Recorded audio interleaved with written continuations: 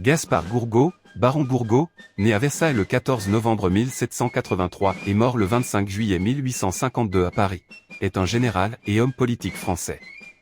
Polytechnicien, officier d'artillerie, il devient le premier aide de camp, puis un des principaux mémorialistes de Napoléon Ier, auquel il sauve 2 fois la vie. Il accompagne l'empereur en exil à Sainte-Hélène, mais quitte l'île dès 1818. Marié en 1822 avec Françoise, Matte Roederer, 1783 à 1823, fille du comte Pierre-Louis Roederer, il en a un fils, Louis-Napoléon Marie-Hélène, 1823 à 1879, deuxième baron Gourgaud, qui prénomme le sien Marie-Honoré Gaspard Napoléon, 1859 à 1919. Le premier baron Gourgaud est enterré au cimetière du Père-Lachaise. Par son mariage, il devient administrateur de la société familiale Les Manufactures de Glace et Verre de Saint-Quirin, Cirey et Monthermé. Biographie, officier d'artillerie. Fils d'un musicien de la chapelle de Louis XVI, Étienne Gourgaud, 1734 à 1805 et d'une berceuse du duc de Berry, Hélène Girard, 1747 à 1846 et petit-fils du célèbre acteur du gazon, pseudonyme de Pierre-Antoine Gourgaud, élève de l'école polytechnique en 1799, puis élève sous-lieutenant à l'école d'artillerie de Châlons.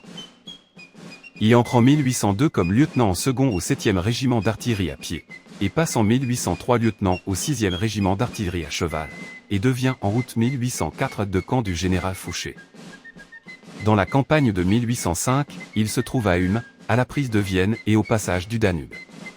Dans cette dernière affaire, il se signale par un remarquable trait d'audace, profitant du trouble que le passage du pont de Tabor a jeté dans l'armée autrichienne, il s'élance vers le parc d'artillerie ennemi et s'en empare. Il combat ensuite à Austerlitz, où il est blessé, à Jena, à Prenzlau, à Pultusk, où il reçoit la Légion d'honneur. À Ostrolka où il est promu capitaine, et à la bataille de Friedland. Il passe ensuite en Espagne, se distingue au siège de Saragosse, rejoint la Grande Armée et prend part aux journées d'Abelsberg, d'Eckmühl, de Ratisbonne, d'Essling et de Wagram.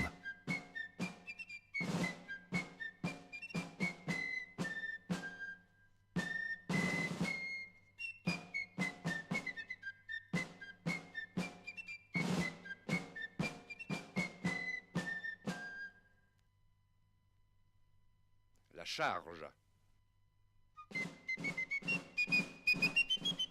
Aide de camp de l'empereur. C'est en 1811 que le capitaine Gourgaud est attaché à la personne de l'empereur comme officier d'ordonnance. Il doit cette faveur à l'intelligence avec laquelle il vient d'accomplir la reconnaissance de la place de Danzig. À dater de cette époque, il ne quitte plus l'empereur. Dans la campagne de Russie, son zèle et son activité, pour assurer le service de son art, sont des plus remarquables. Blessé à Smolensk, il combat à Valentina et à la bataille de la Moskova. La générale. À Moscou, il sauve Napoléon Ier. À la suite d'une exploration minutieuse du palais du Kremlin, il découvre une masse énorme de poudre, 400 milliers, que l'incendie est sur le point d'atteindre, et réussit à empêcher l'explosion du palais où l'empereur va passer la nuit du 14 septembre 1812. En récompense de ce service signalé, il est créé baron de l'Empire alors qu'il n'est encore que capitaine. Ce fait est rarissime pour un officier de ce grade. Le décret lui conférant le titre de baron date de 2 semaines plus tard, à Moscou. Les lettres patentes lui seront délivrées le 3 février après le retour en France. 1814. Lors de la retraite de Russie, son dévouement ne faiblit pas un instant, 2 fois il passe la Bérésina à la nage, avant la construction des ponts, pour aller reconnaître la position de l'ennemi.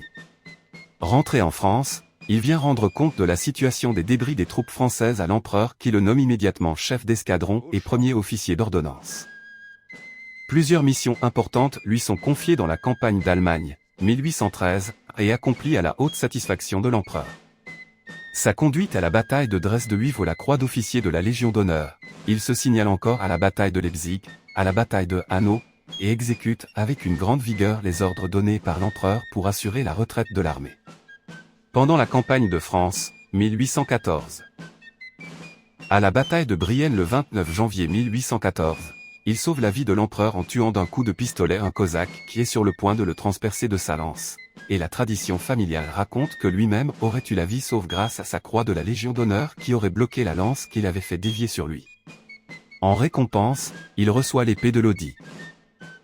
Il se trouve à Champaubert, est blessé à Montmirail, se trouve encore à Nangis, à Montereau, et culbute les Russes de la position des Toutevelles. Grenadière. Ce fait d'armes le fait nommer colonel et commandant de la Légion d'honneur. Il s'empare du faubourg de Reims à la tête d'une batterie et de 2 bataillons d'infanterie, et entre le premier dans la ville. Compagnon d'exil. Il ne se sépare de l'empereur qu'au moment où ce dernier quitte Fontainebleau le 20 avril 1814. Dès lors il fait sa soumission au gouvernement et est, comme tous les officiers du royaume, désigné pour faire partie des gardes du corps. Mais l'empereur lui a laissé en partant l'épée qu'il portait aux pyramides, c'est assez pour le faire éconduire. Lors du retour de l'île d'Elbe, Gourgaud s'empresse de se rendre auprès de l'empereur. Il le suit dans sa dernière campagne et donne à Fleurus de nouvelles preuves de bravoure qui le font nommer général et aide de camp. Revenu à Paris avec l'empereur en juillet 1815, il l'accompagne à Rochefort et à l'île d'Aix, où il est choisi pour porter au prince régent d'Angleterre la célèbre lettre de Napoléon ainsi formulée. On prend la lettre, mais on ne lui permet pas de débarquer en Angleterre et de la remettre en main propre. Il rejoint donc l'empereur, qui le désigne pour le suivre à Sainte-Hélène. Gourgaud y recueille les confidences de Napoléon, en particulier le souhait d'éloigner les sites militaires des frontières, précaution qui n'est prise qu'après la défaite de 1871, avec la création d'usines d'armement dans le centre de la France. Il partage cet exil pendant 3 années. Exaspéré par le favoritisme des Montholon, il provoque en duel le général Montholon et traite sa femme Albine, maîtresse de l'empereur, de « putain ». Et souffrant de l'ambiance oppressante de Longwood House, il quitte l'île le 14 mars 1818. Dès le 14 juillet 1821, il est le premier, avec les colonels Fabvier et de Briqueville, à adresser une pétition à la Chambre des députés pour la prier d'inviter le gouvernement à réclamer de l'Angleterre, au nom de la France, les restes de l'empereur.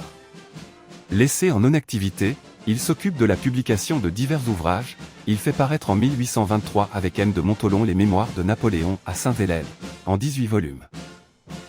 En 1840, Gourgaud est désigné par Louis-Philippe pour aller assister à Sainte-Hélène à l'exhumation des restes de l'empereur et les rapatrier en France, retour des cendres, mission qu'il accomplit avec un zèle religieux. En cette occasion, il distribue quelques médailles en cuivre portant sa propre effigie qu'il a fait graver en 1829, par F. Peuvrier, Paris, pour perpétuer sa mémoire. Le journal de Gourgaud, qui est son œuvre la plus importante, a été publié pour la première fois en 1899, par Emmanuel-Henri de Grouchy et Antoine Guillois. C'est une source précieuse pour l'étude de la bataille de Waterloo et de la captivité de Sainte-Hélène. Merci d'avoir regardé cette vidéo. Si vous avez aimé, n'oubliez pas de mettre un pouce en l'air, de vous abonner. N'oubliez pas de partager, d'activer la cloche, pour être averti lors de la sortie des prochaines vidéos. Merci à ceux qui le feront.